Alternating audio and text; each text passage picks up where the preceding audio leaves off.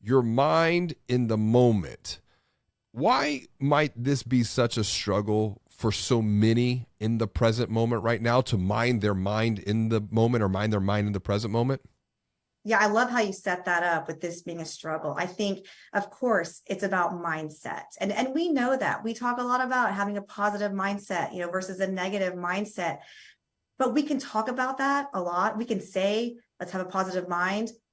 But in application or in awareness, I think the awareness piece is where we tend to fall off, because if we're not constantly aware of our mind in the moment every single day, we get lost in the day-to-day grind, things happening. And sure, let's all have a positive mindset, but things happen and it's not top of mind. And so that's when things tend to get lost, and we lack that intentionality of really taking time to reflect about our mind that day and our mindset and our attitudes and our thoughts. And so that's why I am so grateful for some of the forcing functions that we've built in internally and then shared with the members in our community. It's a few different models that we use. And the very first one is we start every conversation with what's going well. Every conversation, whether it's just you and I kicking off on a random check-in or Tuesday morning, whatever, or if it's us with the entire team,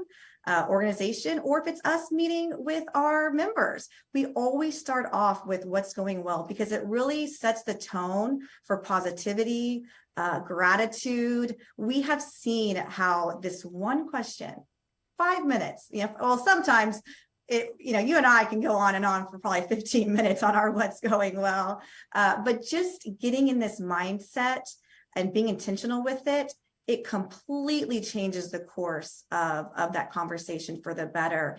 It's so simple. It's so simple. I think it's so simple that it's easy to overlook and not implement and think, oh, just a question. It can't make that big of a difference. But I promise you, if you do this and you commit to it, you will see the difference in the attitudes and the behaviors. And so doing that, if you have 5 meetings a day and you start with that question 5 times a day, that is 5 times you get to check in with yourself mentally, generate that awareness, reset on a positive note, then it's so powerful. And another model that we do is we end the week or end our meeting or whatever it is with what went well. What were the wins for that day or that week? What's getting you excited and energized? What are the lessons that you learned? So that really, that one right there is generating a lot of awareness, because you can look back and think, okay, well, maybe at this point in time, I responded a different way, or I maybe could have done something a little bit better. So it helps you reflect a little bit. And then what are you looking forward to?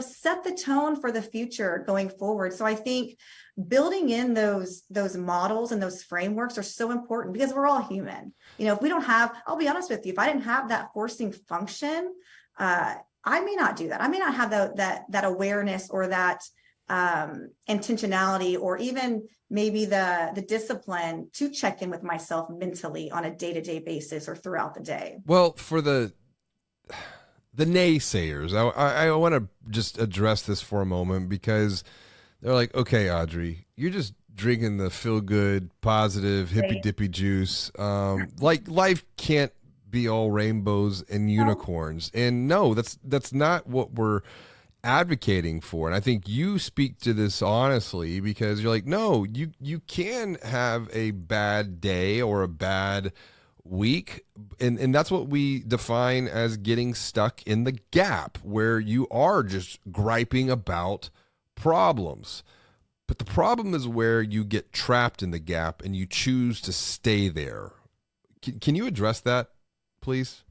Oh, absolutely. And I've said this so many times, it's not about walking around with rose-colored glasses all the time and always happy. I mean, that's just not realistic. That's not human. And you're allowed to have feelings and emotions. You're allowed to be angry, upset, frustrated. That is completely okay. You're allowed to have a bad day. There's nothing wrong with that. I think what happens is we have to use that as either a learning experience or, okay, check it. I'm mad, I'm angry, that's a feeling. But how am I going to respond? How am I going to react to that situation, because that's really what makes a difference. We can't control our emotions a lot of the times. In fact, it's healthy to feel all of the emotions. It's not healthy to suppress, no anger, no sadness. You've got to feel those things to process. But I think it really comes down to, how are you going to respond? How are you going to move forward? How are you going to make that work for you? All right, give yourselves 5 minutes, 10 minutes to gripe, scream, cry, walk around, blow off steam, and then go on and move about your business. But don't make it ruin the rest of your day. Don't have that situation trickle into the next meeting or the next day, or bring it home with you. Take your time, let it out, and then move on. Yeah, this podcast is a great example of a negative experience that, truth be told, I bitched and complained about for probably a good couple of days. And that's because COVID shut the world down right as I was launching Banking on Digital Growth. And as a result, shut all of the conference speaking that I was supposed to be doing to launch the book. And I did gripe. I did complain. I was in the gap griping about problems, but I made the conscious decision that I can't stay there. I got to move forward, onwards and upwards, and work with what I have and make it even that much better. And I think this comes back to the point that David Dibble is writing about in the book. I'm going to quote him. Mind determines how we experience life and drives our behaviors, end quote. And so what that means is, like, if we're going to transform our experiences of the past, because our present day beliefs, if you will, that inform our actions, that inform our thoughts, that inform our feelings, those experiences, those present day experiences, are rooted in past beliefs or past experiences. And so to transform our experiences, we must transform our minds. We must renew our minds, even, if you will. And this is coming back to a model that I've become aware of working with financial brand leaders now for over 2 decades. And I ask them, you see different through education, and there's a lot of different ways to learn. Yes, I can, they respond. Okay, well, when you see different, you're going to think different. They said, yes, I'm going to think different when I see different. And then I pause and I say, well, what's going to happen next?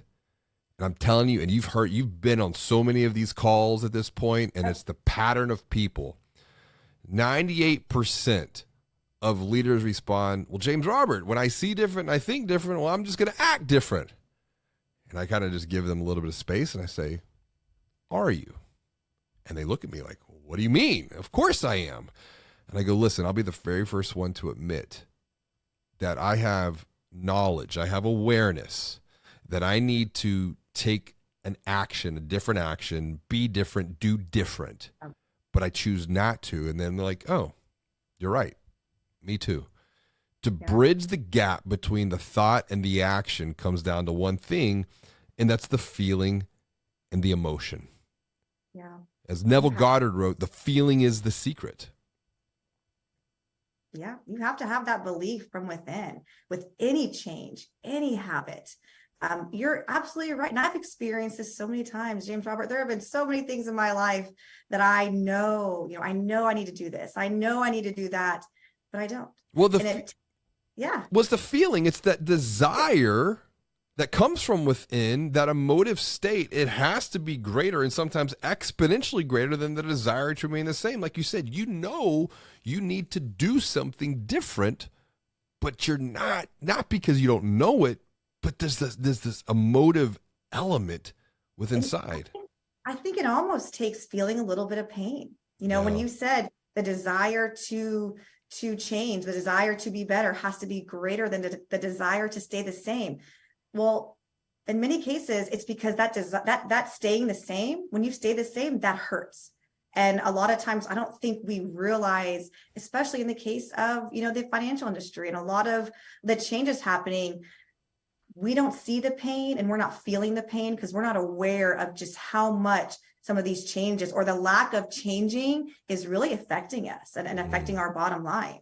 Well, even then you can take that to the external side when it comes to people and their relationship with money and finances. And, I was talking with someone the other day that, a lot of times there might be awareness that we need to take a different action, but we've become so comfortable with pain.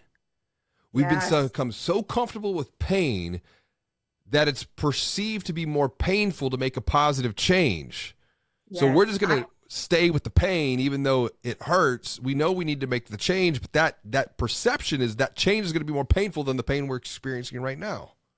100%. And I love that you say that, because I just finished reading The Mountain Is You, and she really drilled in on this idea that even though the situation's painful, because it's so comfortable, and I think we underestimate too how much, science and our physical bodies really play into this. Yes. Our bodies crave comfort. Whether or not that comfort is good or bad, our bodies are processing good and bad.